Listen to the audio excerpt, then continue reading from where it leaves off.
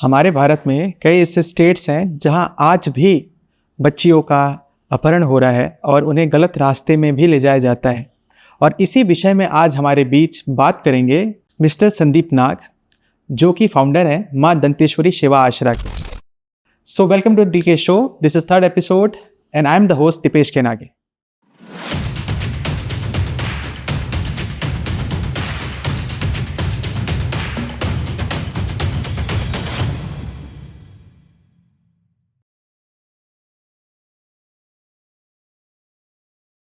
Sandeep ji, welcome to the D K show.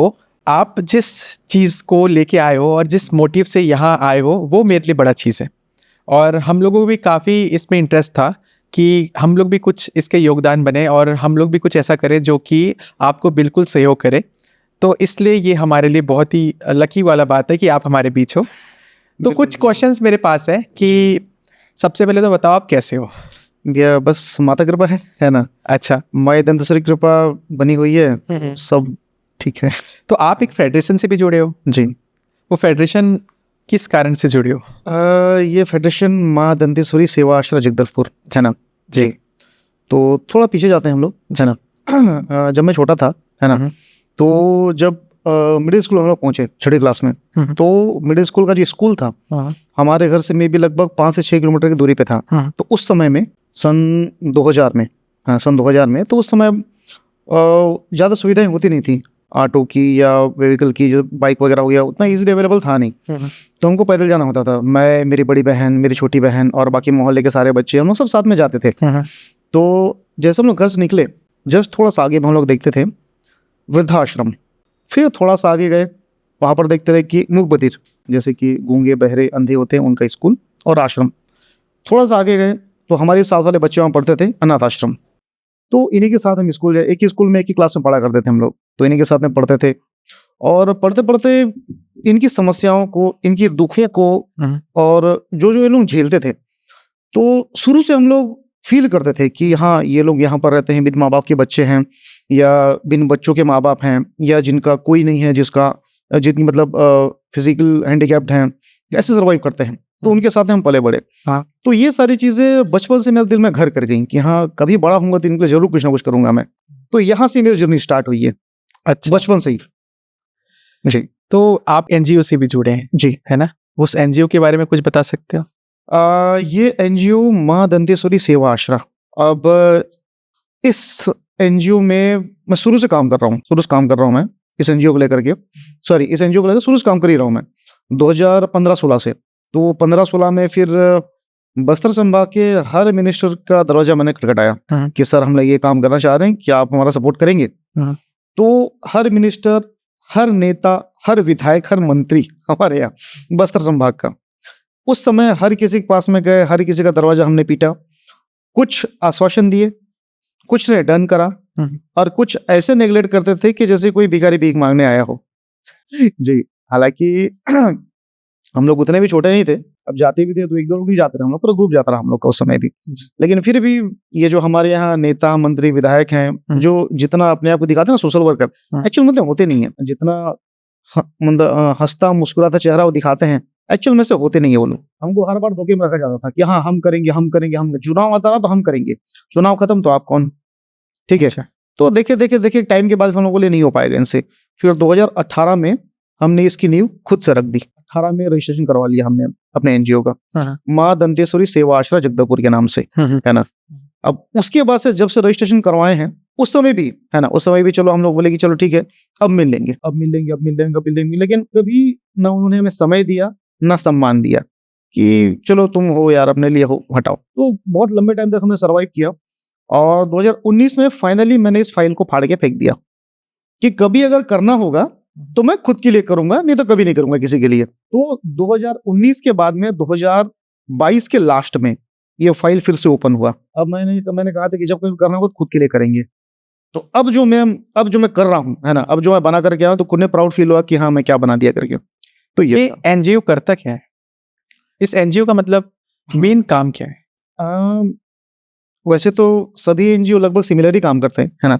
हमारे यहाँ जितने भी एनजीओ होते हैं, एनजीओ वो काम करती है जो गवर्नमेंट जो काम नहीं कर पाती है, उस काम को एनजीओ करता है। हाँ, मतलब हर एक एनजीओ के एक स्पेशल एक हाँ। मकसद होता है। हेल्थ एजुकेशन जैसे कुछ हेल्थ से, कुछ एजुकेशन, कुछ shelter homes kind of NGOs होते हैं। तो इस स्टेज में आपके एनजीओ का क्या योगदान है? इस स्टेज में हमारे एनजीओ का योगदान बहुत बड़ा है ना, क्योंकि जब हमने उस समय बनाया था 2015-16 में, है ना, जो प्रोजेक्ट तैयार किया था तो वो उतना स्ट्रांग नहीं था।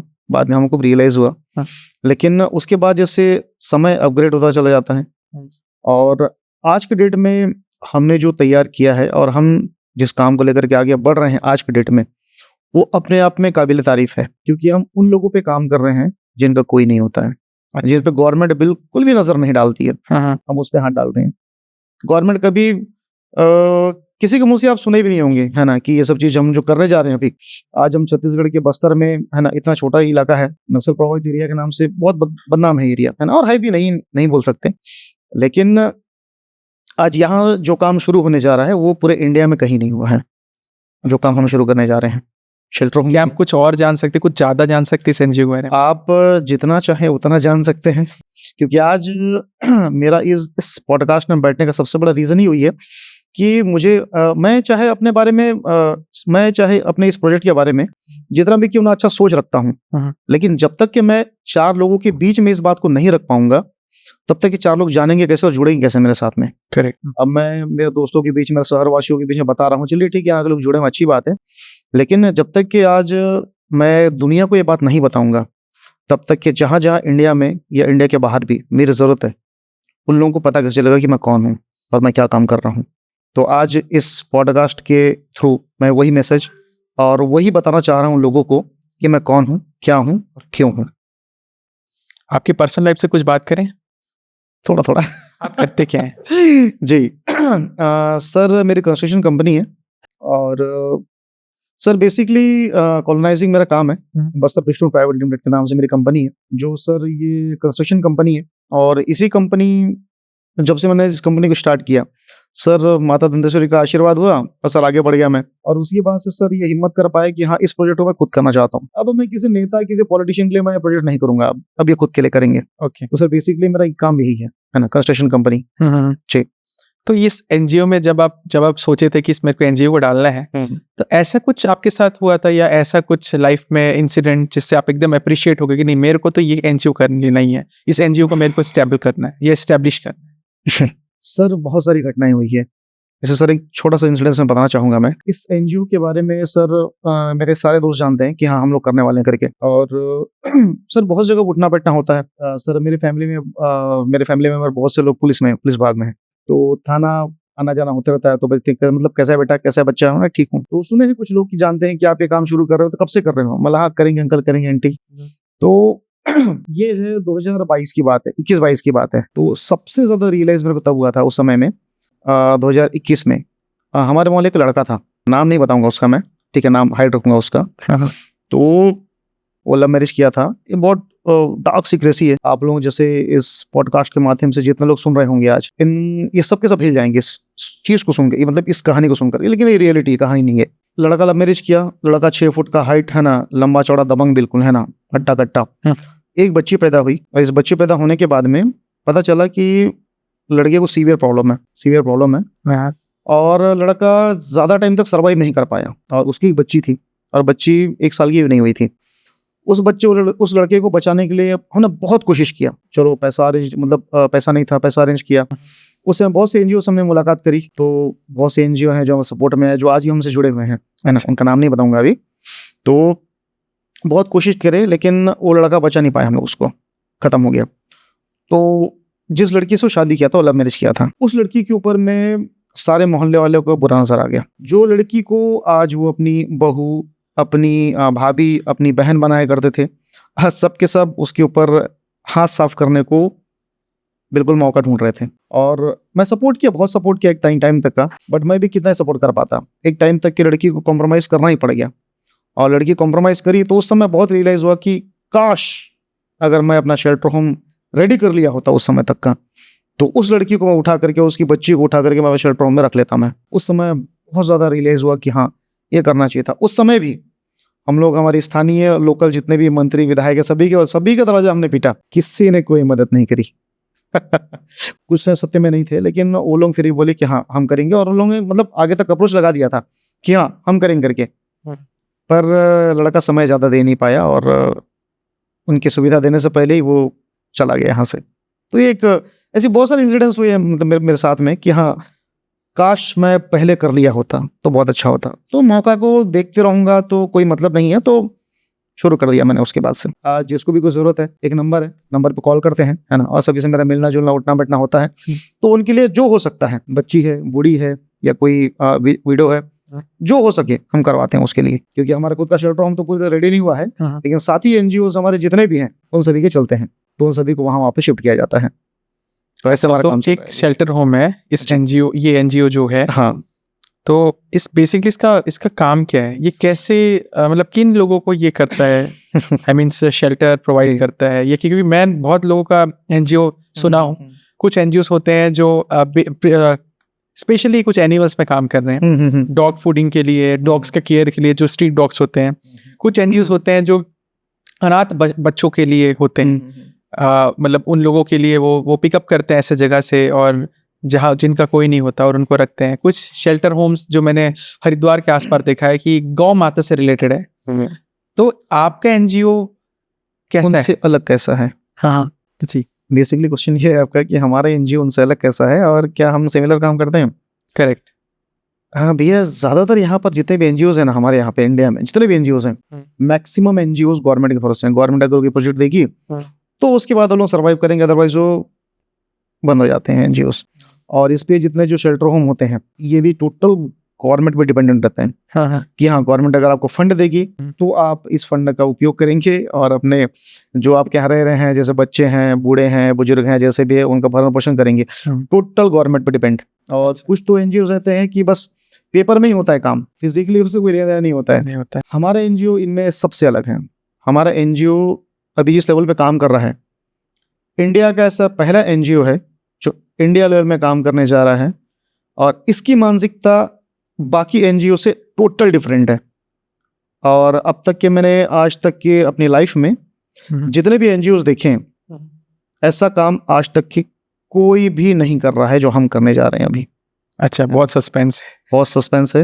ये काम जान सकते हैं हम लोग? हाँ बिल्कुल जान सकते हैं मैं एक्चुअली मैं बताना यही चाहता हूँ, मतलब मैं बताना यही आया हूँ आज मैं जी, कि मेरा काम क्या है, कैसा है। रेड लाइट एरिया के बारे में आपने सभी सुना होगा कि हर स्टेट में हर बड़े बड़े स्टेट में, है ना, मैं नाम नहीं लूंगा कि किसी भी स्टेट को बदनाम करना या उसके बारे में प्रचार करना अच्छी बात नहीं, बट वो है ना, आप सभी जानते हैं। आप सभी आई बिलीव ऐसा कोई स्टेट नहीं है जहां वो प्रेजेंट नहीं है। हाँ, है ना, रेड लाइट एरिया हर स्टेट में है। तो उसकी डार्क सीक्रेसी क्या है पता है भैया? जितने भी बच्चियां या जितनी भी लड़कियां या महिलाएं वहां पर जो बेची जाती हैं, वो कभी अपनी मर्जी से नहीं आती हैं। अब सीधी सी बात है, देह में व्यापार में कोई अपनी मर्जी से तो आएगा नहीं, वो पूरी तरीके से टूटी हुई होती हैं, तोड़ी हुई होती हैं। सबसे पहले तो इनको छोटी छोटी जगहों से उठाया जाता है, चाहे ये जो बोलते नहीं है एक शब्द कहते हैं हनी ट्रैप, लड़कियों को फंसाने का, मीठा बात करके, है ना, मैं तुम्हें शादी करूंगा, ये करूंगा, वो करूंगा, है ना, उठा के लेकर गए और बेचती है। ठीक है, वो लड़की एग्री नहीं होती है। उन लड़कियों को लंबे लंबे टाइम तक का भूखा रखा जाता है, मारा पीटा जाता है, और उनके साथ में गैंग रेप किया जाता है, ताकि वो लड़की बेशर्म हो जाए और उस धंधे में उतर जाए। और इसमें हमारे इंडिया के टॉप मोस्ट पॉलिटिशियन इन्वॉल्व होते हैं, बड़े बिजनेसमैन इन्वॉल्व होते हैं, है ना, और कुछ गवर्नमेंट ऑफिसर्स भी इन्वॉल्व होते हैं। लेकिन सारे के सारे ऐसे नहीं होते, बट कहीं ना कहीं ये धंधा आज फल फूल रहा है। तो बिना गवर्नमेंट सपोर्ट के तो ये फलेगा फूलेगा नहीं किसी भी स्टेट में। ठीक है, आज इतना फल फूल रहा है। अभी भगवान ना करे कभी किसी परिजन के कोई लड़की को कोई उठा के लेके चला गया या कहीं बेच दिया गया, रिपोर्ट लिखाने जाएंगे तो सबसे पहले जो रिपोर्ट लिखाने गया है उसी खिलाफ तुम्हारी बेटी पक्का उससे मतलब प्यार मोहब्बत का लफड़ा चपड़ा रहा होगा, भाग गई लड़की। ठीक है, ये होता है। लेकिन कई बार मैक्सिमम देखा जाता है कि बैला फुसला करके लेके जाते हैं और बेच देते हैं। तो लड़कियां करेंगी क्या उसके बाद में? तो हमारे कुछ साथी एनजीओज हैं जो ऐसे रेस्क्यू ऑपरेशन करते हैं, जिनसे उन लड़कियों को छुड़ा करके लेके आते हैं, और उसके बाद में उनकी फैमिली भी उनको एक्सेप्ट नहीं करती है कि तू इतना लंबे समय तक वहां रह गया, ये पता नहीं क्या बीमारी तेरे अंदर में होगा। मैं बता भी सकता, इतना गंदी गंदी गालियों से उनको मतलब बुलाया जाता है। तो लड़कियां क्या करेंगी? तो उस समय उनके सामने वापस से उसी जगह जाने के अलावा कोई ऑप्शन होता नहीं है। तो उन सारी बच्चियों को, उन सारी लड़कियों को, महिलाओं को हम अडॉप्ट करने जा रहे हैं। क्या सारी लड़कियां ऐसी होती है या मतलब नहीं। कभी बार होता है कि उनका बिजनेस भी होता है, राइट? और हाँ, कुछ right. तो सेल्फ इच्छाओं से भी होते हैं। तो आप कैसे आइडेंटिफाई करते हो कि हाँ इससे मेरी ज़रूरत है या हाँ, इससे इशू से या इस जगह एक्चुअल से? में क्या होता है कि सबसे पहले उनको, जितने भी लड़कियां होती हैं, सबसे पहले इनको प्रेग्नेंट कर दिया जाता है। जैसे प्रेग्नेंट हो गई, बच्चा पैदा हुआ, तो उस बच्चे को उन लोग अपने साथ में रखते हैं, ठीक है, उन जो उनको चलवा रहे हैं वहां पर। और उन बच्चियों को ये कहा जाता है कि अगर तुम ये काम नहीं करोगे तो अपने बच्चे कैसे पालोगे, या तुम्हारे बच्चे को मार देंगे। तो मजबूरी में उनको ये उनका साथ देना ही पड़ता है, करना ही पड़ता है। सर ऐसे देखा जाए ना तो इसमें ना काफी हद तक हमारी गवर्नमेंट इन्वॉल्व होती है, क्योंकि एक 12 साल के बच्चे को पता होता है कि सट्टा कहाँ लगता है, तो क्या हमारी गवर्नमेंट को नहीं पता होगा? सभी को पता है कि बच्चियां उठा के लाई गई हैं, लेकिन फिर भी कोई कंप्लेन करने भी जाए तो उसको अनसुना किया जाता है, सुनते ही नहीं है। ये तो भला हो सर कुछ एनजीओज का, जो सामने आते हैं, हिम्मत दिखाते हैं और उनसे लड़ते हैं, क्योंकि उनसे लड़ना आज के मामूली बात नहीं है, क्योंकि वो लोग गवर्नमेंट का सपोर्ट होता है, नेताओं का सपोर्ट होता है, गुंडों का सपोर्ट होता है, और फाइनेंशियली उन लोग काफ़ी ऊपर होते हैं। तो काफ़ी जो साथी एनजीओज हैं उनको जान से मारने की धमकी देते हैं, जो ये रेस्क्यू ऑपरेशन चलाते हैं, हाँ। जान से मारने का धमकी देते हैं, और कई बार बोलते हैं कि अगर तुम ये काम करोगे तो हम तुम्हारी फैमिली को उठवा लेंगे या फैमिली को मरवा देंगे, यहाँ तक ही लेके जाते हैं। अच्छा। और इनमें सर मैं क्या बताऊँ, 3-3 साल की बच्चियों के साथ में अब्यूज हुआ है सर। उनकी गुप्तांगों को सिगरेट से जलाया जाता है। सर 3 साल की बच्ची होती कितनी बड़ी है बताइए? 3 साल की बच्ची होती कितनी बड़ी है? अब 3 साल की बच्ची से लेकर के सर ये 40 साल की महिलाओं तक नहीं छोड़ते हैं। अब कंडीशन ऐसा है सर कि ये बच्चियों को रेस्क्यू करना बड़ा मुश्किल होता है। हाँ। इन बच्चियों को ऐसा छुपाया जाता है ना सर कि ढूंढ पाना बहुत मुश्किल है। तो साथी एनजीओ का सर अपना सर व्यवस्था है बना के रखे, वहां से रेस्क्यू करके लेके आते हैं। तो इनमें सर 3 कैटेगरी की बच्चियां पाई जाती हैं ज्यादातर। सबसे पहला कैटेगरी वो होते हैं जो कि कॉम्प्रोमाइज कर चुकी हैं। जैसे हम लोग जाके मिलते हैं, उनसे बात करते हैं, तो भैया अब हो गया, आधा जिंदगी मेरा निकल गया है, अब मैं बाहर निकल के क्या करूंगी, अब मेरे को कौन काम देगा, मैं क्या करूंगी, है ना? करेक्ट। वो कॉम्प्रोमाइज कर चुकी है लाइफ से। दूसरी लड़कियां वो इतनी डरी हुई होती है ना, वो इतने डरी हुई होती है कि किसी आदमी को देख ले वो कांप जाती हैं लड़कियां, कि उनके साथ में वो मतलब जिस तरीके से क्रूरतापूर्वक उनके साथ में ये किया जाता है, तो उसके बाद से कोई भी लड़की डरी है। तीसरी कैटेगरी में वो लड़कियां आती हैं जो इतना गुस्सा है उनके अंदर में कि अगर इवन हम लोग भी, है ना, नॉर्मल बात करने गए तो भड़क गए लड़की लोग हमारे ऊपर में, है ना, गाली गलौज करने लग गए, तुम निकलो यहाँ से, तुम कौन हो। मतलब कुल मिला करके सीन ऐसा रहा सर कि जैसे अगर उनको मौका मिल जाए ना, हाथ में हथियार हो, तो मार डालेंगे आपको, अच्छा, आदमी जात को। इतना गुस्सा है उनके अंदर में। तो सर इन सारी कैटेगरी के बच्चियों को, जो माइनर्स लड़कियां होती हैं, है ना, जो माइनर लड़कियां होती हैं सर, उनको तो फिर लेके आना ही है। जो 18+ होती हैं, अब 18+ लड़कियों को सर उनकी मर्जी पर डिपेंड करता है हमारे साथ आना चाहे या नहीं आना चाहे। और बेसिकली सर सारे एनजीओज ऐसे बच्चियों को, लड़कियों को, महिलाओं को ला करके सिलाई बुनाई कढ़ाई सिखाते हैं, लेकिन हम सिलाई बुनाई कढ़ाई नहीं सिखाने वाले हैं। अगर आप ओवरऑल हाई लेवल हम बात करें, ये जो भी प्रोसेस होता है, आपने बताया कि रेड अलर्ट एरियाज में लड़कियां बहुत ही कठिनाइयों का सामना करती है और उन्हें फोर्सफुली वहाँ पर इन्वॉल्व किया जाता है। इसमें आपका मकसद क्या है? बहुत ही अच्छा क्वेश्चन पूछा सर आपने। हमारा मकसद बड़ा ही सिंपल है कि जितनी बच्चियों को हम वहाँ से बचा करके लेकर के आ रहे हैं, दोबारा कोई बच्ची वहाँ तक ना पहुँचे, ये हमारी कोशिश है। हम कहाँ तक कामयाब हो पाएंगे हम नहीं जानते, और इसकी कामयाबी के लिए हम किसी पर डिपेंड नहीं है, ना ही गवर्नमेंट पे और ना ही प्राइवेट पे। ये जो चेन है ना, मेरे हिसाब से काफ़ी पुराना चेन है, जिसको एक डार्क सीक्रेट बोल सकते हो इंडिया का। पर हम उस चेन को कैसे तोड़ पाएंगे? बहुत ईजी है सर, बहुत ईजी है, कोई बहुत बड़ी बात नहीं इसको तोड़ना, इसको, है ना। बस शर्त है कि जिसको दुखता है ना सर, वही से में आगे काम करता है। अब जिन बच्चियों को हम छुड़ा करके लेकर के आ रहे हैं, जिनमें जो एग्रेशन है, उस एग्रेशन को सही जगह यूज़ करना है। हमारी रिस्पॉन्सिबिलिटी हमारे समाज को लेकर के है, गवर्नमेंट को लेकर के भी है, लेकिन नेताओं को लेकर के नहीं है, नहीं अधिकारियों को लेकर के। हमको जो सही लगेगा हमारी बच्चियों को बचाने के लिए, हम वो करेंगे। और रही बात इसमें हमारी मेंटालिटी क्या है कि उन बच्चियों को कहाँ तक वैसे ना पहुँचा जा सके, जिन बच्चियों को हम छुड़ा करके लेकर के आ रहे हैं, वो सारी बच्चियाँ या तो जोड़ी चली जाएंगी या तो पुलिस में जाएंगे। अभी एक सिंपल सी बात मैं आपको बता रहा हूँ, यदि आप पुलिस में हैं यदि आप पुलिस में हैं, आपको किसी नेता के खिलाफ या किसी अधिकारी के खिलाफ या किसी गैंगस्टर के खिलाफ अगर आपको एक्शन लेना है तो बहुत सारा डर रहेगा आपके मन में कि मेरा परिवार है, मेरी बीवी है, मेरा बच्चा है ना, बहुत से डर हैं।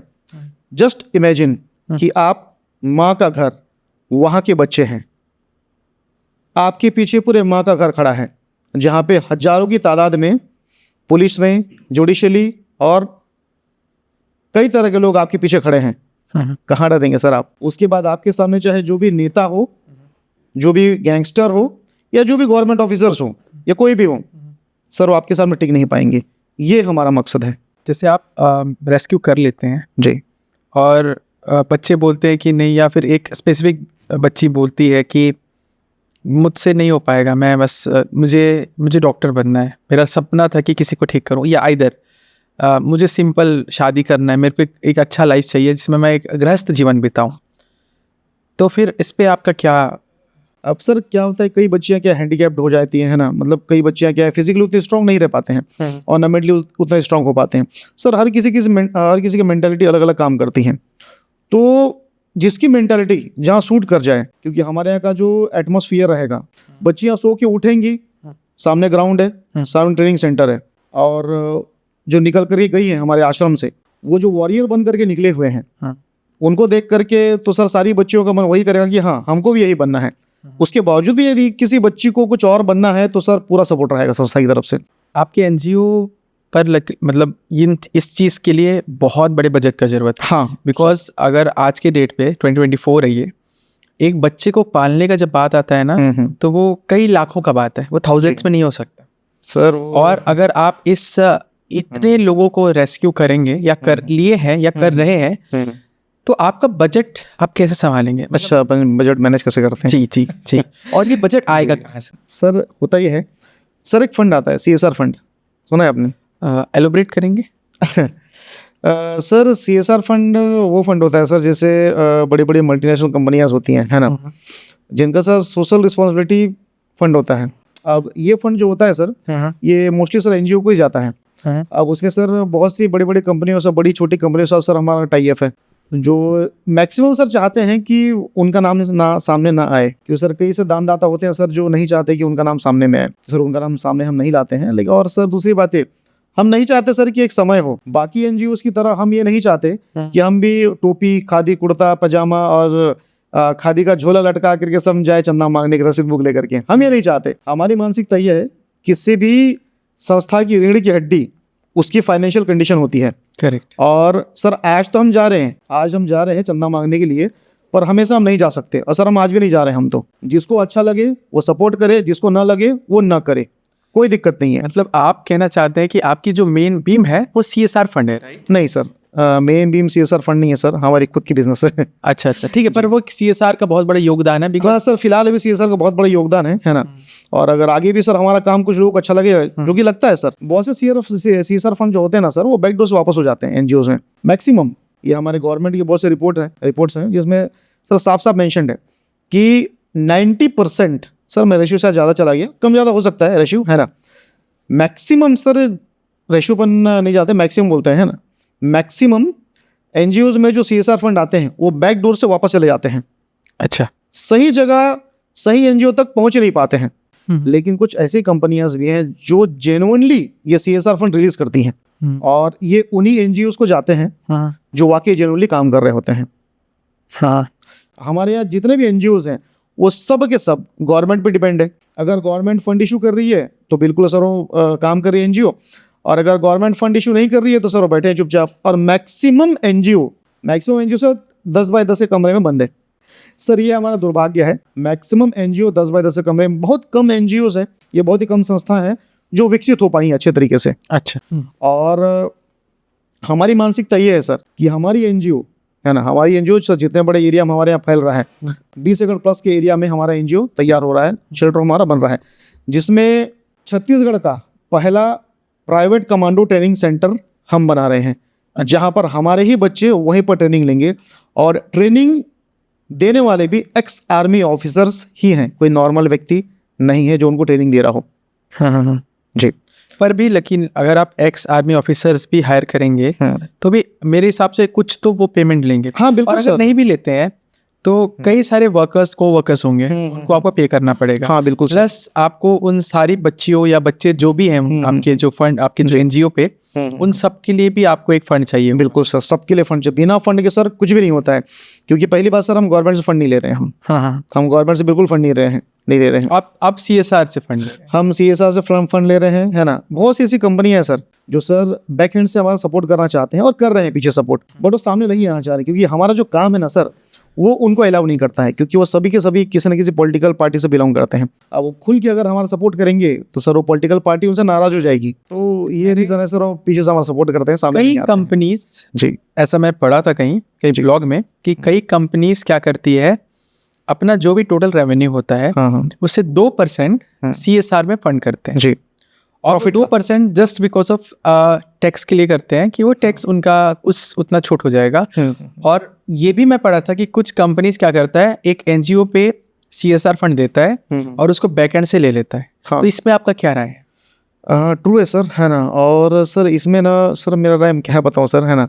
बाकी तो हमारे सर इंडिया में मैक्सिमम एनजीओ वही करती हैं कि फंड लेती है, बैकडोर से वापस कर देती है। और एक्चुअल में सर कारण भी सर बहुत बड़ा, क्योंकि हमारा एनजीओ 10 बाय 10 के कमरे में ही सिमटा हुआ है, आगे सर खुला हुआ ही नहीं है। आज हम जो काम करने जा रहे हैं ये इंडिया की नहीं दुनिया के कोने कोने तक पहुंचेगा, पहली बात है। दूसरी बात है इंडिया के हर घर में, इंडिया के हर घर तक हमारा काम पहुंचेगा, क्योंकि हम उन प्रोजेक्ट को उठा रहे हैं जिन प्रोजेक्ट को गवर्नमेंट कभी हाथ नहीं लगाता है और ना ही कोई प्राइवेट एनजीओ हाथ लगाते हैं। क्यों?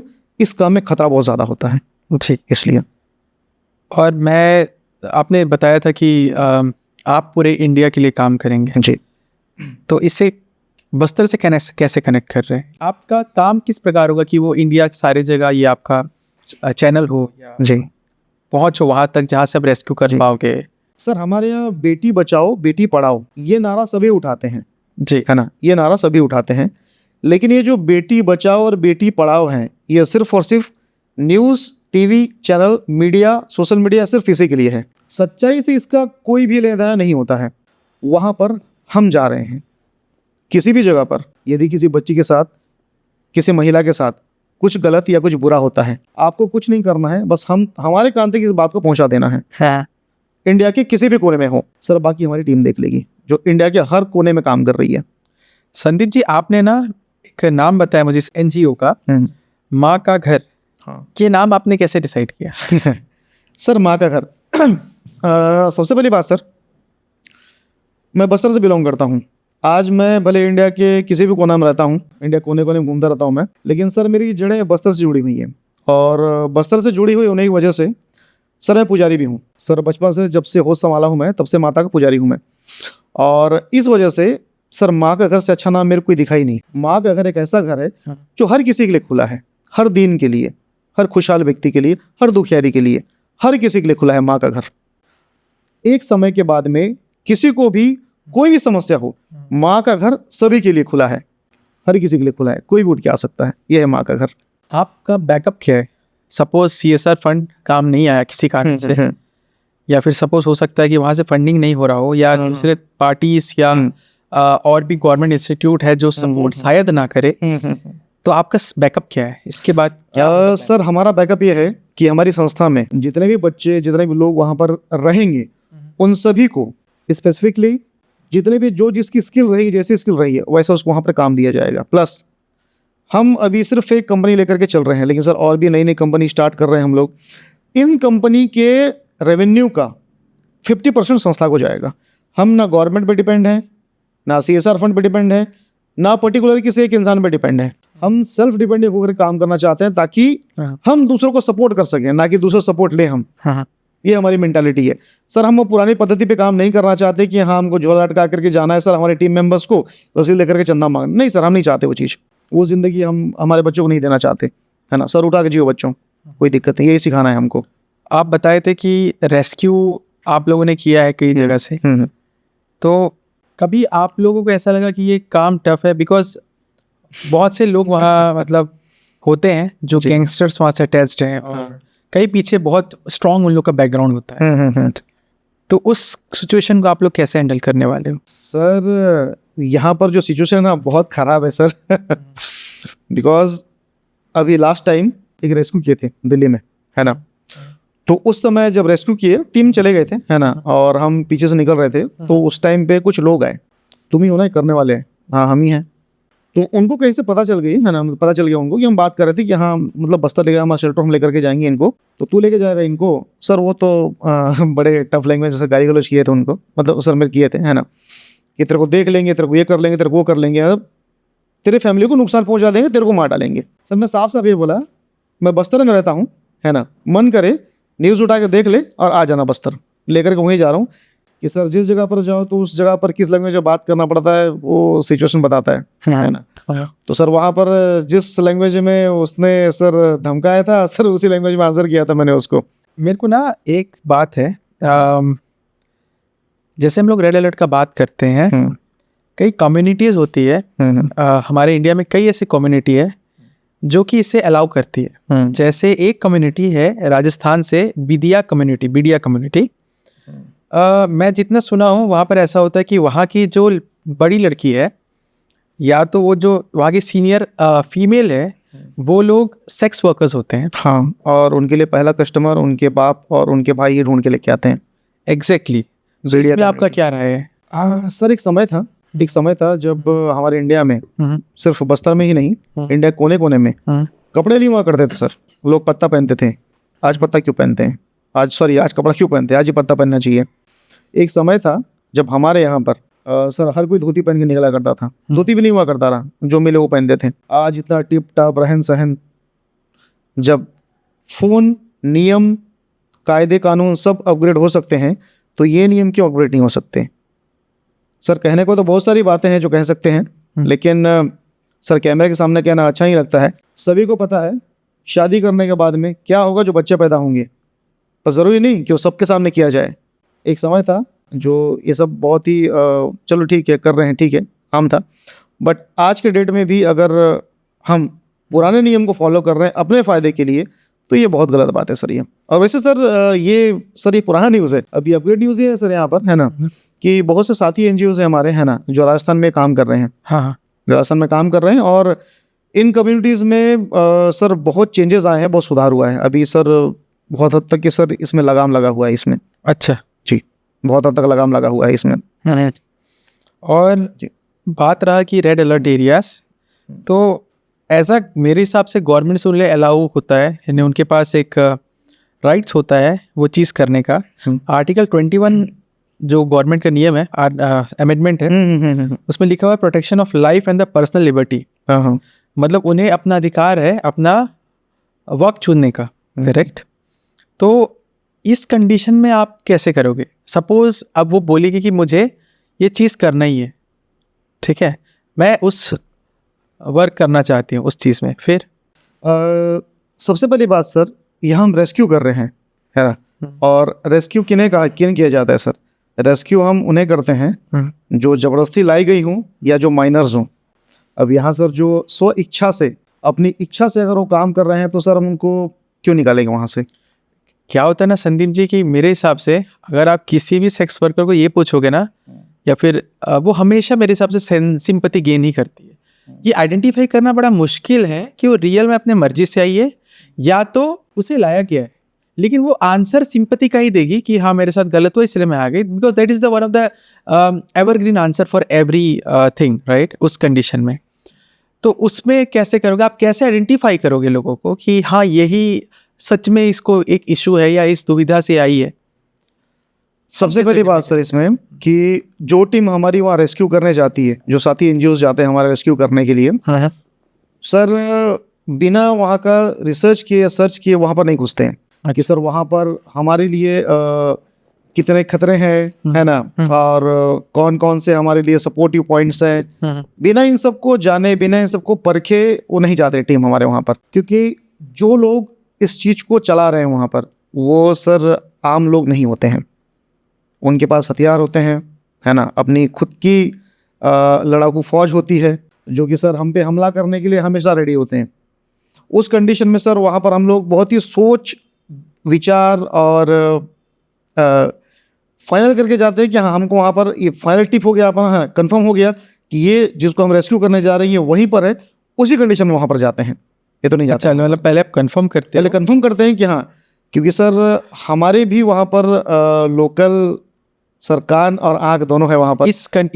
लाइक इस सिचुएशन में जी बस मेरा क्वेश्चन ऐसा है कि क्या आपको कोई थर्ड पार्टी, आइदर गवर्नमेंट या फिर पुलिस प्रोटेक्शन या सिक्योरिटी या कोई सपोर्ट आपको अनदर पार्टी से मिलता है? हाँ मिलता है सर, पुलिस सपोर्ट मिलती है सर।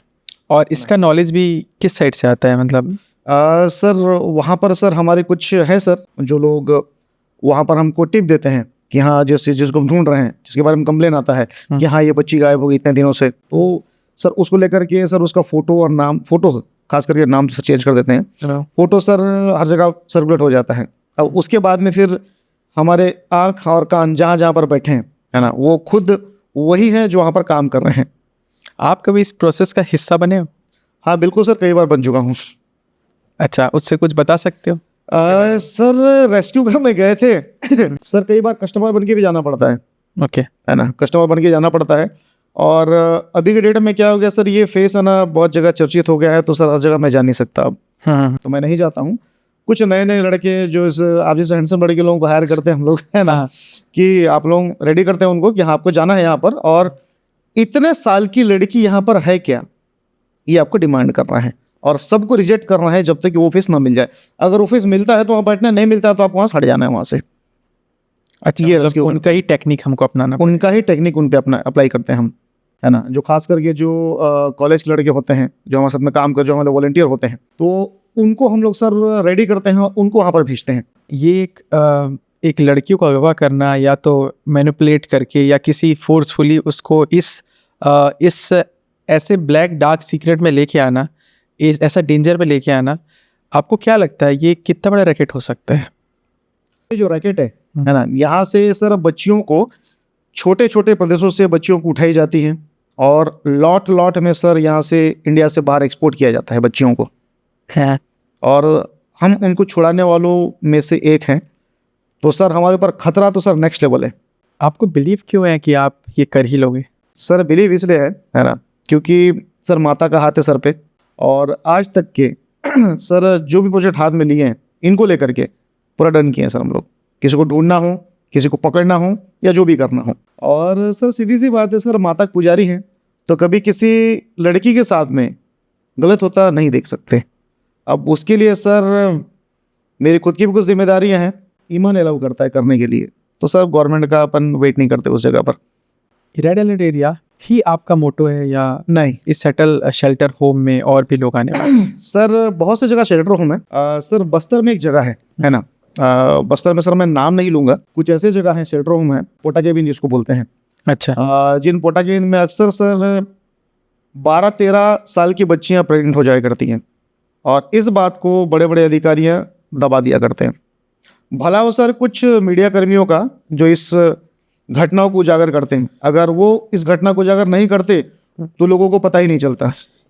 ऐसा कोई घटना के बारे में हम जान सकते हैं? सर बहुत सी घटनाएं हैं, है ना, बहुत सी घटनाएं हैं सर। होता ही है, पोटा केबिन जिसको बोलते हैं ना, नक्सल प्रभावित बच्चों को वहाँ रखा जाता है वहाँ पर।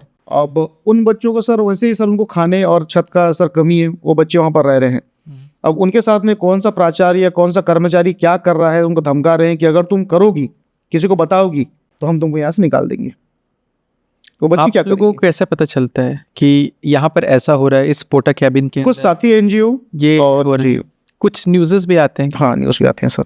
कुछ पत्रकार भाई लोग हैं हमारे साथ जुड़े हुए हैं जो सर इंडिपेंडेंट काम करते हैं, वो किसी नेता किसी अधिकारी के दबाव में काम नहीं करते हैं, तो वो लोग इस घटनाओं को उजागर करते हैं, वरना किसी को पता ही नहीं चल पाता कि पोटा केबिन में हो क्या रहा है। कुछ पोटा केबिन अच्छे भी हैं, है ना, जहाँ पे जेन्युइनली सारे काम बहुत अच्छे से हो रहे हैं, जहाँ के बच्चे बहुत अच्छे से रखते हैं, और कुछ पोटा केबिन ऐसे भी हैं सर दुर्भाग्यपूर्ण।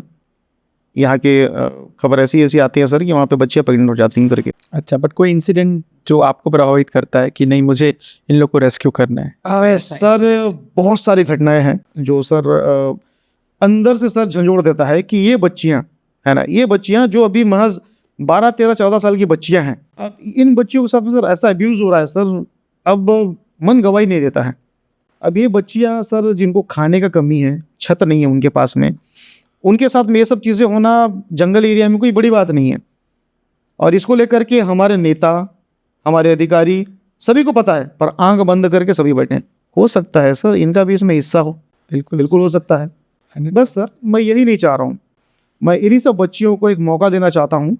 अभी आपका क्या सीन है, मतलब एनजीओस का आप बता रहे थे कि कुछ बन रहा है प्रोजेक्ट इसका बड़ा, तो अभी आप किस प्रकार से हैंडल कर रहे हो इन बच्चों को? हैं सर अभी तो खुल के हम लोग सारे बच्चों को हम लोग अभी नहीं ले रहे हैं। अभी क्यों? हमारा शेल्टर होम तैयार नहीं हुआ है अभी। जिस दिन हमारा शेल्टर होम तैयार हो जाएगा हम सारे बच्चों को उठाएंगे वहाँ से। और ऐसा नहीं है सर कि अपन इलीगल उठा रहे हैं, सारे के सारे बाकायदा पुलिस वेरिफिकेशन के साथ में सारे के सारे लीगल फॉर्मेलिटीज करके इन सारे बच्चों को हम लेकर के आएंगे और उनको वो बनाएंगे। आज इन बच्चियों को लोग कचरा समझ करके छोड़ दिए हैं, यही बच्चियां कल के डेट में वो सोना, वो हीरा बन करके निकलेंगी जो देश को आगे बढ़ाने में सबसे बड़ी भूमिका निभाएंगे, यही बच्चियां। और हम इतने बड़े मतलब सारे इंडिया पे ये अपना कंट्रोल लाएंगे कैसे कि यहाँ से रेस्क्यू करना है या यहाँ से बच्ची आ रही है? बहुत आसान है सर, बहुत आसान है सर। ये मैं 2016 से कर रहा हूँ इस प्लान पे काम, है ना। इस प्रोजेक्ट पे 2016 से वर्क कर रहा हूँ मैं। आज जो माँ का घर बस्तर में बन रहा है, एक डेट के बाद में इंडिया के हर स्टेट में बनेगा माँ का घर। आप लोग टोटल कितने, मतलब कितना बड़ा आपका मतलब एनजीओ है? मेंबर पूछ रहे हैं सर आप? हाँ। वैसे सर मेंबर तो पूरे इंडिया में है, भले 2-4-5 जैसे, पर पूरे इंडिया में मेंबर है। हाँ। और यहाँ पर सर काफ़ी बड़ी टीम है हमारी जो अलग अलग जगहों पर अपना अपना काम कर रहे हैं। अब कुल मिला करके अगर मेन देखा जाए सर, तो सबसे बड़ा मेन डिसीजन मेकिंग पावर मेरे हाथ में है। कहाँ पर क्या किसको भेजना है, किसको रेस्क्यू करना है, क्या करना है, ये जब तक सर ये खबर मेरे पास में नहीं आएगा और मैं यहाँ से परमिट नहीं करूँगा तब तक सर कहीं कोई एक्शन नहीं लिया जाएगा। और इसी वजह सर कई बार सर मेरे नाम पे धमकियाँ भी आती है। आपका फ्यूचर मोटिव क्या है, मतलब जब ये पूरा सेटल डाउन हो जाएगा एनजीओ और शायद अब सक्सेसफुली इस चीज़ को कर डालोगे, तब भी एक हाई लेवल फ्यूचर क्या है इसका? एक हाई लेवल फ्यूचर ये है सर कि मैं हाथ खोलना चाहता हूँ पुलिस वालों का और अधिकारियों का, जो आज भी किसी न किसी नेता, किसी न किसी भ्रष्ट नेता नहीं बोलूँगा, किसी न किसी भ्रष्ट नेता के दबाव में काम कर रहे हैं। मैं हाथ खोलना चाहता हूँ उन अधिकारियों का, उन पुलिस वालों का, ताकि वो इंडिपेंडेंटली डिसीजन ले सकें और इंडिपेंडेंटली काम कर सकें बिना किसी भ्रष्ट नेता के दबाव के। क्योंकि ये सब जो हमारे साथ में हो रही है या हमारे बच्चियों के साथ में या जो भी समाज में गंदगी फैली हुई है, ये सब के सब इन्हीं भ्रष्ट नेताओं की देन है। आपका सपोर्ट सिस्टम क्या है? मेरा सपोर्ट सिस्टम सर बहुत स्ट्रांग है फिलहाल अब तक के। जितने भी हमारे जो व्यापारी भाई हैं जो इंडिया में अलग अलग जगह बैठे हैं, है ना, सपोर्ट हर कोई करना चाहता है। इवन सर आप भी, जब मैं आपसे मिला था सर, आप मेरे बारे में बिल्कुल नहीं जानते थे, लेकिन सर जैसे मैंने आपको अपने बारे में बताया सर आप रेडी हो गए। ठीक वैसे ही सर आज इस पॉडकास्ट के थ्रू मैं जहाँ जहाँ तक नहीं पहुँच पाया हूँ, मैं वहाँ तक पहुँचना चाहता हूँ कि उन तक मेरी आवाज़ पहुँचे, उनके कानों तक मेरी आवाज़ पहुँचे, जो लोग वाकई इन लोगों के लिए काम करना चाहते हैं लेकिन उनके पास में वो प्लेटफॉर्म नहीं है। वो प्लेटफॉर्म मैं उनको दूंगा कि आप हमसे जुड़िए और हमारे साथ में काम कीजिए, क्योंकि हमारी मानसिकता भले ही आपको साधारण दिखती हो लेकिन एक क्रांतिकारी की है। संदीप जी, आपका प्रोजेक्ट है माँ का घर, जी, और इस माँ का घर का मतलब क्या, ये है क्या? जी सर बहुत ही अच्छा सवाल किया है आपने, है ना। सर माँ का घर, हमारी सबसे पहली गुरु होती है हमारी माँ, और माँ का घर हर किसी के लिए खुला होता है। ये सपोज़ मान के चलिए हमारे यहाँ पर, हमारे आसपास में, आपके आसपास में बहुत सी ऐसी घटनाएं घटती हैं हमारी आंखों के सामने में। हम देखते हैं कि हमारे मोहल्ले में, हमारे कॉलोनी में मान के चलिए एक सिंगल परिवार रह रहा है जिसके माँ बाप हैं और 2 बच्चे हैं। सपोज़ भगवान ना करे कभी उन माँ बाप को कुछ हो जाता है और उन बच्चों के लिए कोई नहीं है, तो ये हमारा कोई अनाथ आश्रम नहीं है, ये माँ का घर है और ये सभी के लिए है। और मान के चलिए जैसे कि किसी के पास में यदि बच्चे हैं, है ना, बूढ़े हैं, बच्चे हैं और माँ बाप बूढ़े हैं और बच्चे अगर नहीं रहे और माँ बाप बच गए, देख रेख करने वाला कोई नहीं है, उनके लिए माँ का घर है। या जिस किसी का भी कोई भी ना हो उसके लिए माँ का घर है। तो अगर मैं सपोज़ हटा दो कि हम इस सेक्स रैकेट से जो भी आप रेस्क्यू करके ला रहे हैं, अगर इन्हें हम हटा दें, और अगर आपको या कोई ऐसा है जो अपंग है या हैंडीकैप है, तो क्या माँ का घर उसके लिए है? बिल्कुल सर, जितने भी दिव्यांग बच्चे हैं, है ना, जो कुछ बोल नहीं पाते हैं, कुछ सुन नहीं पाते हैं, कुछ चल नहीं पाते हैं, किसी का हाथ पांव नहीं चलता है, और कई तरह के दिव्यांग बच्चे होते हैं, इन सभी दिव्यांग बच्चों के लिए माँ का घर है। कारण यह है सर, सबसे बड़ा, हमारे यहाँ पर जितने भी वॉरियर, जितने योद्धा हमारे यहाँ तैयार हो रहे हैं हमारे कमांडो ट्रेनिंग सेंटर से, उन सभी को सेवा, त्याग, बलिदान, इसका मतलब समझाना बहुत ज़रूरी है, क्योंकि उनकी देखरेख करने वाले वही लोग हैं। उनकी देखरेख करने के लिए हम कहीं और से हायर नहीं कर रहे हैं। उनकी देखरेख करने वाले वही लोग हैं, वही बच्चे हैं, वही कैडेट्स हैं, जो यहाँ पर हमारे यहाँ पर कमांडो ट्रेनिंग ले रहे हैं। वही बच्चे उनकी देखरेख करेंगे, ताकि उनको आगे चल के अगर वो किसी संवैधानिक बड़े पद पर बैठते हैं तो उनके अंदर में घमंड ना आए कि हाँ आज मैं एक अधिकारी हूँ या आज मैं गवर्नमेंट ऑफिसर हूँ। तो ये रक्षा, सेवा, रक्षा, त्याग, बलिदान, इसका मतलब इन बच्चों को भी सिखाया जाएगा। इसलिए ज़रूरी है हमारे यहाँ दिव्यांग बच्चों को रखना। पता है, मुझे ना लिटरली एक फीलिंग आ रहा है कि आप काफ़ी इसमें डीप डाइव कर चुके हैं इस फील्ड पे। सर 2016 से वही प्रोजेक्ट में काम कर रहा हूँ। तो आपके टोटल कितने प्रोजेक्ट्स हैं इस फील्ड पे? सर मेरे इसमें सर बहुत से प्रोजेक्ट हैं इसमें, है ना। तो सबसे पहले सर माँ का घर, सर जिसके बारे में मैंने बताया आपको। दूसरा प्रोजेक्ट है आस। सर आस के बारे में बताता हूँ मैं आपको। प्रोजेक्ट आस एक ऐसा प्रोजेक्ट है जो पूरे इंडिया में जितने भी लोग हमारे यहाँ आज जेलों में ज़रूरत से ज़्यादा लोगों को ठूस के रखा जाता है। कारण क्या है, कभी किसी के नाम पे छोटा सा कंप्लेन चला गया या छोटा सा केस दर्ज हो गया, लेकिन उसके पास में वो बंदा इतना भी काबिल नहीं है, इतना भी एलिजिबल नहीं है कि वो अपना चालान पेश कर सके, है ना, या चालान पेश करवा सके। या कई बार ऐसा होता है कि डायरी पेश नहीं हुई। छोटी छोटी सी केस को लेकर के आज लोग जेल के अंदर में बंद हैं। उन सभी को निकलवाना है। जो लोग, और हाँ, और दूसरा ये है कि जो लोग आज जेल के अंदर में बंद हैं और उनके घर वालों को लगता है कि हाँ वाकई हमारे बच्चे को फंसाया गया है, जिनके खिलाफ गवर्नमेंट भी कुछ नहीं कर पा रही है, उनको कुछ नहीं करना है। उनको नीचे दिया गया हमारा टोल फ्री नंबर होगा, वहाँ पे आपको कॉल करना है। तो माँ का घर, सिर्फ आपको अपने बच्चे का जो बेगुनाही है, सिर्फ माँ का घर प्रूफ करना है, बाकी माँ का घर देख लेगा। ये है माँ का घर। अच्छा, सॉरी, प्रोजेक्ट आस, है ना, प्रोजेक्ट आस, माँ का घर, सब जुड़े हुए हैं। और भी आपके कुछ प्रोजेक्ट्स हैं? जी हाँ। प्रथम शिक्षा अभ्यास। प्रथम शिक्षा अभ्यास एक ऐसा एजुकेशनल प्रोग्राम है जो सिर्फ स्पेशली गांव को लेकर के है। यहाँ होता ही है सर हमारे यहाँ गांव में कि हमारे जितने बच्चे होते हैं जो पढ़ाई कर रहे होते हैं, जितने भी जो बच्चे हमारे यहाँ होते हैं जो कि पीएटी, पीएमटी, पीईटी की तैयारी कर रहे होते हैं, शहर में तो कोचिंग आराम से मिल जाता है उनको, लेकिन गाँव में आज भी हमारे यहाँ हमारी सरकारें बड़ी बड़ी दावा करती हैं कि हमने गांव की स्कूलों को इतना डेवलप किया, उतना डेवलप किया, लेकिन सर आज ये बेसिक नीड के लिए बच्चों को सर भटकना पड़ता है यहाँ से वहाँ, गांव के बच्चों को। तो ये जो प्रथम शिक्षा अभ्यास है, वो बच्चे जो गांव में रह कर के भी एग्रीकल्चर, इंजीनियरिंग और मेडिकल की तैयारी करना चाहते हैं, ये उन बच्चों के लिए है प्रथम शिक्षा अभ्यास। जो गाँव में जाकर के हमारे टीचर्स वहाँ पर उन बच्चों को उसकी कोचिंग देंगे, पीएटी, पीएमटी, पीईटी कोचिंग देंगे। जी, ये है प्रोजेक्ट। अच्छा, प्रथम शिक्षा, ये है हमारा प्रथम शिक्षा अभ्यास प्रोजेक्ट। अच्छा, एक प्रोजेक्ट मेरे भी शायद दिमाग में है, गांव की आवाज़। ये भी आपका project? Voice of village. Sir हमारे यहाँ इंडिया में ज़्यादातर पॉपुलेशन गांव में बसती है, ठीक है सर। हमारे यहाँ सीधी सी बात है, हम किसी भी स्टेट में रहते हों, भले आप किसी भी स्टेट में रहते हो, मैं किसी भी स्टेट में रहता हूँ, हमारे यहाँ ज़्यादातर पॉपुलेशन गाँव में बसती हैं। और गाँव में सर क्या होता है, जो रसूखदार लोग होते हैं और जो निम्न स्तरीय लोग होते हैं, अक्सर उनको दबाया जाता है। हर गांव में होता है, हर जगह होता है, मेरे आंखों के सामने होता है, पर हम चाहकर भी कुछ बोल नहीं पाते हैं। वॉइस ऑफ विलेज यही है, उनकी आवाज़ को हम उठाएंगे, ये है वॉइस ऑफ विलेज। जी, तो ये सारे आपके प्रोजेक्ट्स हैं? जी, ये सारे हमारे प्रोजेक्ट्स हैं। ये तो पूरे मतलब देश क्रांति प्रोजेक्ट्स ही हैं। सर हमारे यहाँ पे अगर भगत सिंह होते तो यही करते। अभी ना आप कुछ देर पहले कुछ ट्रेनिंग का बात किए थे, कुछ कमांडो ट्रेनिंग बच्चों को देने के, तो इसके बारे में कुछ बता सकते हो? बिल्कुल भैया, ये जो हमारा प्राइवेट कमांडो ट्रेनिंग सेंटर है ना, ये माँ का घर से ही चलेगा और छत्तीसगढ़ का पहला प्राइवेट कमांडो ट्रेनिंग सेंटर है ये। अच्छा जी, जहाँ पर कोई भी बच्चा जो पुलिस या अन्य किसी फोर्स में जाना चाहता है, वो सारे लोग यहाँ पर आकर के अपना ट्रेनिंग कंप्लीट कर सकते हैं। अच्छा, है ना। ये जो शुरुआती, ये जो क्या होता है हमारे यहाँ कभी भी सर, जैसे हम पुलिस में या किसी भी अन्य फोर्स में जाने से पहले उनके बहुत सारे टेस्ट होते हैं। कई बार बच्चों जानकारी का अभाव के चलते वो बच्चे टेस्ट क्रॉस ही नहीं कर पाते हैं, फिजिकल टेस्ट होता है, फिजिकल mental टेस्ट होता है, काफी काइंड ऑफ टेस्ट होते हैं। बहुत सारे टेस्ट होते हैं, है ना। हाँ, एलिजिबिलिटी काइंड ऑफ। यस, है ना, एग्जैक्टली। तो वो बच्चे यहाँ से इतने ट्रेंड होकर के निकलेंगे कि वो सारे टेस्ट क्रॉस कर सके बच्चे। और इनको ट्रेनिंग देने वाले भी एक्स आर्मी ऑफिसर हैं, कोई ये नॉर्मल लोग नहीं है ना।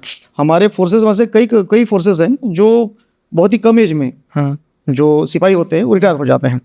काफी वर्क की तरह टफ होता है। काफी बच्चे यहाँ पर मैंने देखा है कि वो फिजिकल टेस्ट पास करने के लिए, मेंटली टेस्ट पास करने के लिए पुलिस का या फिर कमांडो से आर्मी का काफ़ी लोग प्राइवेट इंस्टीट्यूट से भी ट्रेनिंग लेते हैं जी। तो क्या बच्चे जो सक्षम नहीं है, या तो शायद वो सक्षम भी है और वो आपके प्राइवेट ट्रेनिंग से ट्रेनिंग लेना चाहते हैं, तो क्या ये पॉसिबल है कि मतलब बिल्कुल कुछ सर, बच्चे ऐसे भी ट्रेनिंग लेंगे आपके? जिनके लिए कोई नहीं है सर, उनके लिए माँ का घर है। फिर चाहे उनके पास में लोग हों या ना हो, पैसे हों या ना हो, उन सभी के लिए माँ का घर है। माँ का घर सभी के लिए खुला है, तो उनके लिए कैसे खुला नहीं रहेगा? अगर वो फीस पे कर सकें मेस का तो अच्छी बात है, ना कर सके तो भी कोई बात नहीं है ना, वो सब माँ का घर देख लेगा। और ये सारे जो बच्चे आएंगे जी, इधर आप समझो कि जहाँ से भी कुछ सारे मदद के लिए ही आएंगे, है ना? तो इनका फ्यूचर आपने क्या देख रहे हो कि क्या होगा इनका फ्यूचर? सर इसमें दो तरह के बच्चे होंगे। पहले वो बच्चे जो संस्था में परमानेंटली रहेंगे, यानी कि वो बच्चे जिनका कोई नहीं है या जिनको हमने यहाँ से वहाँ से अलग अलग स्टेट से या हमारी स्टेट से रेस्क्यू करके ला के रखा हुआ है। दूसरे वो बच्चे जो सिर्फ ट्रेनिंग के नाम पे आएंगे, दो बच्चे। और जो सिर्फ ट्रेनिंग के नाम पे आएंगे सर, तो वो ट्रेनिंग करके अपना निकल जाएंगे, बाकी बैकएंड सपोर्ट रहेगा माँ का घर का। और वो बच्चे जो परमानेंटली माँ का घर के हैं, उन बच्चों के लिए सर हमारी बहुत सी प्रायोरिटीज़ हैं। सबसे पहले सर उन बच्चों को काबिल बनाना है हमको। हमारे ऐसे बच्चे दो ही जगह जाएंगे, या तो जुडिशली जाएंगे या तो पुलिस में जाएंगे, क्योंकि दो ही सिस्टम की वजह से आज वो कहीं ना कहीं वो लोग या वो बच्चे जेल में बंद हैं, या दूसरा किसी न किसी बड़े स्कैम में फंसे हैं। क्यों? कोई उनको बचाने वाला नहीं था। लेकिन आगे चल करके ये बच्चे जिनको हम बचा करके लाए हैं, ये उन बच्चों का सहारा बनेंगे जिनके लिए कोई खड़ा नहीं होता है। एंटी इंडियन प्रोजेक्ट्स के बारे में कुछ जानते हो? एंटी इंडियन प्रोजेक्ट्स सर ये थोड़ा सा खतरनाक है है ना। जी, तो यहाँ पर सीन ऐसा है, एंटी इंडियंस होता ही है सर कि हमारा पे पुलिस प्रशासन काफ़ी हद तक दबा हुआ है किनके? भ्रष्ट नेताओं के अंडर में, है ना। जहाँ पर सर पुलिस के बड़े से बड़े अधिकारियों को सर ऐसे ट्रीट किया जाता है जैसे कि वो कोई लेबर क्लास के हों, ऐसे ट्रीट किया जाता है। कई बार आपने भी देखा होगा या हमारे जो भी दर्शक देख रहे होंगे वो कई अपने आंखों के सामने देखे होंगे, एकदम धुतकार के ट्रीट किया जाता है बड़े बड़े नेताओं के द्वारा, है ना। तो और कई बार सर हमारे नेताओं को भी, भ्रष्ट नेताओं को भी गुंडों का सहारा लेना पड़ता है हर जगह पर। आप कई बार देखेंगे, भले आप किसी पार्टी को सपोर्ट क्यों ना करते हों, मैं किसी पार्टी का नाम नहीं लूंगा, आप किसी पार्टी को सपोर्ट क्यों ना करते हों, लेकिन जिस दिन आपके सामने कोई आपकी पसंदीदा पार्टी कुछ गलत कर रही होगी, उनके खिलाफ आवाज़ उठाने की आप में हिम्मत नहीं होगी। क्यों नहीं होगी? उसका सबसे बड़ा कारण यह है कि पुलिस प्रशासन उनके अंडर में काम करता है। कैसे? Home ministry. अब सीधी सी बात है, अब होम मिनिस्ट्री जो बोलेगा सर वो तो पुलिस वालों को करना ही पड़ेगा, ऊपर से ऑर्डर है, फिर भले ऑर्डर सही हो या गलत हो, जैसा भी हो, पर ऑर्डर तो फॉलो करने ही होंगे उनको। जी, तो ऐसा होता है। और एंटी इंडियन से मेरा मतलब ये भी है कि वो लोग जो नेताओं का शय पा करके आज किसी भी क्राइम को अंजाम देने के लिए बिल्कुल भी नहीं सोचते हैं, बिल्कुल भी नहीं हिचकते हैं। क्यों? तो सीधी सी बात है, एक कहावत सुने ना आपने, चच्चा विधायक है हमारे, तो बिल्कुल ये चच्चा विधायक है हमारे वाले जो लोग हैं ना, सपोर्ट वैकेंसी गेट, ये किसी भी हद तक जा सकते हैं। वाकई में, है ना। चाहे मौजूदा सरकार हो, चाहे पिछली सरकार हो या उससे पिछली सरकार हो, कोई भी सरकार हो, हर सरकार में ऐसे बहुत से लोग हैं जो आके बोलेंगे आपको चच्चा विधायक है हमारे, आप जानते हैं हमें। आजकल हर दूसरा बच्चा यही बोलता है, आजकल हर दूसरा बच्चा यही बोलता है। हाँ। और सही भी है सर। हमारे यहाँ पे हीनियस से हीनियस क्राइम क्यों ना हो जाए, हीनियस से हीनियस क्राइम क्यों ना हो जाए, यहाँ पर पुलिस वालों को भी चुप रहना पड़ता है और दबना ही पड़ता है, झुकना ही पड़ता है। हाँ, लेकिन हर पुलिस वाला ऐसा नहीं होता है। कुछ पुलिस वाले, कुछ अधिकारी ऐसे भी होते हैं जो बिना दबाव के काम करते हैं, इंडिपेंडेंटली काम करते हैं, डरते नहीं है, भले उनका ट्रांसफर ही क्यों ना हो जाए। सर ज़्यादा से ज़्यादा क्या कर लेंगे, वो ट्रांसफर ही करेंगे ना उनका, वो डरते नहीं है। और कुछ ऐसे होते हैं कि हाँ मेरा परिवार है ना, मेरा परिवार है, मेरे बीवी बच्चे, और इनके नाम पे सर चुप हो जाते हैं।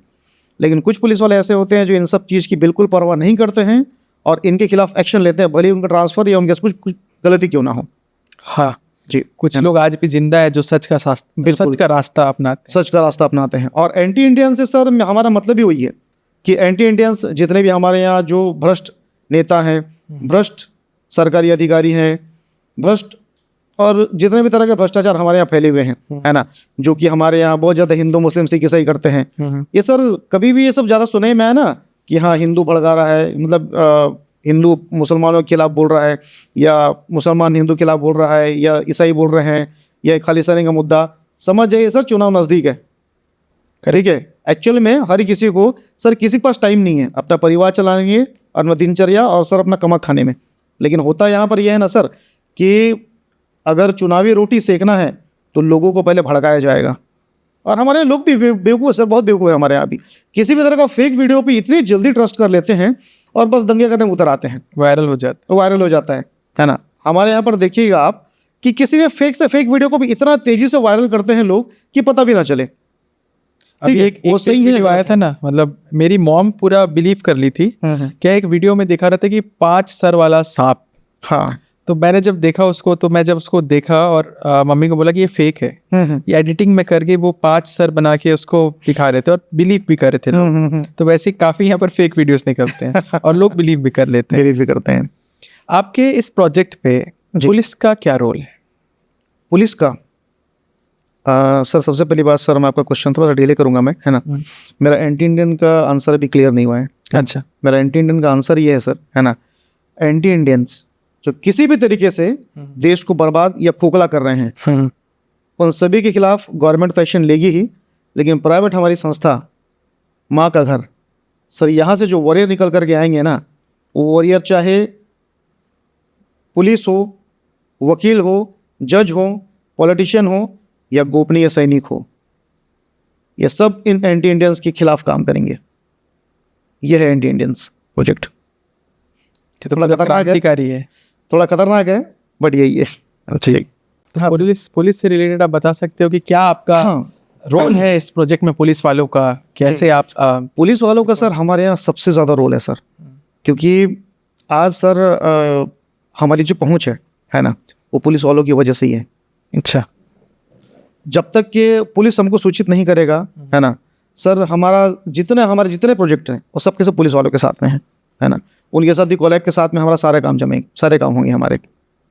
कुल मिलाकर के सर, जहाँ पे कोई भी रेस्क्यू करना है सर, बिना पुलिस के हम कर नहीं सकते, पहली बात। और बिना पुलिस को सूचना दिए बिना पुलिस को सूचना दिए हम वहाँ से किसी को रेस्क्यू नहीं कर सकते, पहली बात ये। बिना पुलिस को सूचना दिए हम किसी को भी अडॉप्ट नहीं कर सकते, और बिना पुलिस को सूचना दिए हम किसी को भी रिलीज नहीं कर सकते। जी, ये सारी चीज़ें बिना पुलिस वेरिफिकेशन के होंगी ही नहीं। इवन सर हमारे यहाँ अभी तो सर नहीं किए हम लोग अभी, लेकिन बहुत जल्द पूरे छत्तीसगढ़ और पूरे इंडिया में हर थाने में हमारे टोल फ्री नंबर होंगे, जहाँ से भी जिस भी थाना से हो, फ़ोन करके हमारी मदद ले सकते हैं। कई बार ऐसा होता है, जो कुछ बच्चे होते हैं, कुछ माइनर्स होते हैं जिनको उनको रखने होते हैं, है ना, या कई बार कुछ ऐसे लोग मिल जाते हैं जिनको सर कहाँ रखें, जेल में तो रख नहीं सकते, है ना, क्योंकि अपराधी है नहीं। तो उस कंडीशन में सर हमारा पुलिस वालों के साथ में और पुलिस वालों का हमारे साथ में कोलैब करके चलना बहुत ज़रूरी है।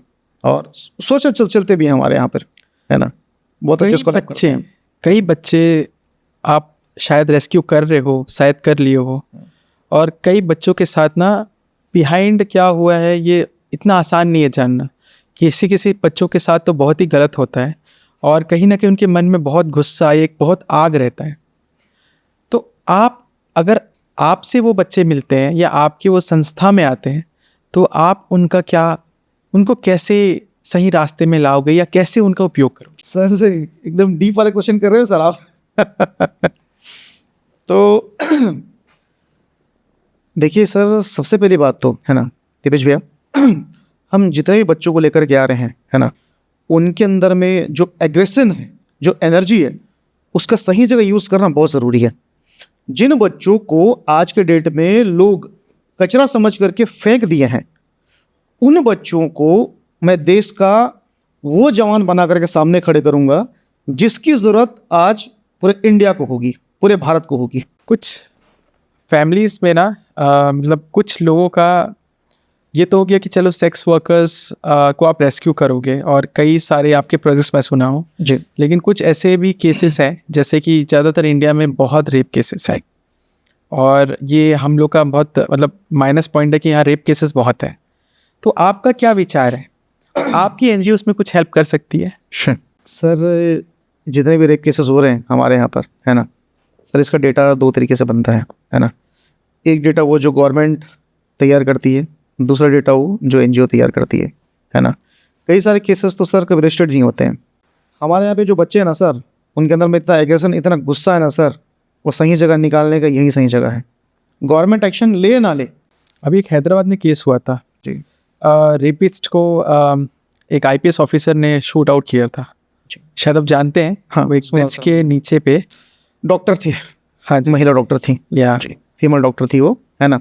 लेकिन सर उस केसेस में ऐसा है कि जो रेप करने वाले लोग, जो 3 विक्टिम थे, जो 3 आरोपी थे, विक्टिम नहीं आरोपी थे, ये 3 आरोपी सर ये स्लम एरिया के थे। लेकिन हमारे यहाँ पे होता ही है ना सर कि अगर कोई रसूखदार या चच्चा विधायक है हमारे, उनके यहाँ से अगर कोई हो तो पुलिस भी कभी कोई एक्शन नहीं लेती है। अभी यूपी की एक घटना आपने सुना होगा, है ना, कि उनकी भाभी को लगातार रेप किया करते थे कुछ बच्चे, कुछ लड़के, बच्चे नहीं लड़के, और उसके बाद में उसकी ननंद पे दिल आ गया था, ठीक है, उसको देख के उन पे नियत ख़राब हो गया था, तो सर उसका भी रेप करना शुरू कर दिया उन लोग, ठीक है। और एक दिन ऐसा हुआ कि दोनों भाभी और उसकी ननंद को आमने सामने रेप कर दिए एक दूसरे का, ठीक है, आमने सामने रेप कर दिए। भाभी संभाल नहीं पाई मानसिक तनाव को और वो सुसाइड कर ली, ठीक है। वो जो लड़की थी वो हर जगह गई, है ना, वो लड़की जो बच गई थी, उसकी ननंद, वो हर थाने में गई शिकायत करने के लिए। तो जो बड़े अधिकारी थे, पुलिस अधिकारी, अनाप शनाप क्वेश्चन करने लगे उसी से। क्यों? जो आरोपी था वो किसी रसूखदार नेता का रिश्तेदार था, ठीक है। अब उसके बाद में फाइनली वो लड़की लास्ट में, है ना, फाइनली लड़की लास्ट में पूरे मीडिया को बुलाई, है ना, मीडिया के सामने में आकर के सारी घटनाओं को उन्हें बताया और अंदर जाकर सुसाइड कर ली, ठीक है। तो कई बार ऐसा भी होता है जो रसूखदार लोग होते हैं ना, उनके खिलाफ कोई एक्शन नहीं लिया जाता, कोई भी एक्शन नहीं लेता है, उसके खिलाफ माँ का घर एक्शन लेगा। आपकी संस्था में क्रांतिकारी विचारधारा का मतलब क्या है? हमारी संस्था में क्रांतिकारी विचारधारा का मतलब ये है सर कि हमारे यहाँ जितने भी बच्चे हैं, है ना, इन सभी को इतना आगे बढ़ाना कि ये जितने भी क्राइम हो रहे हैं, है ना, और जहाँ पर हमारी सारी सरकारें, प्रशासन जहाँ पे सर विफल हो जाते हैं, काम नहीं कर पाते हैं, उस जगह पर हमारी संस्था की ये बच्चे काम कर सकें, बिना किसी दबाव के काम कर सकें। बिना किसी दबाव के काम करना और काम करवाना, यही हमारी क्रांतिकारी विचारधारा है। और इसमें सर सबसे अहम भूमिका निभाती है हमारी पुलिस प्रशासन, जिनका हाथ हमको खोलना है, जिनका हाथ कुछ भ्रष्ट नेता बांध के रखे हुए हैं।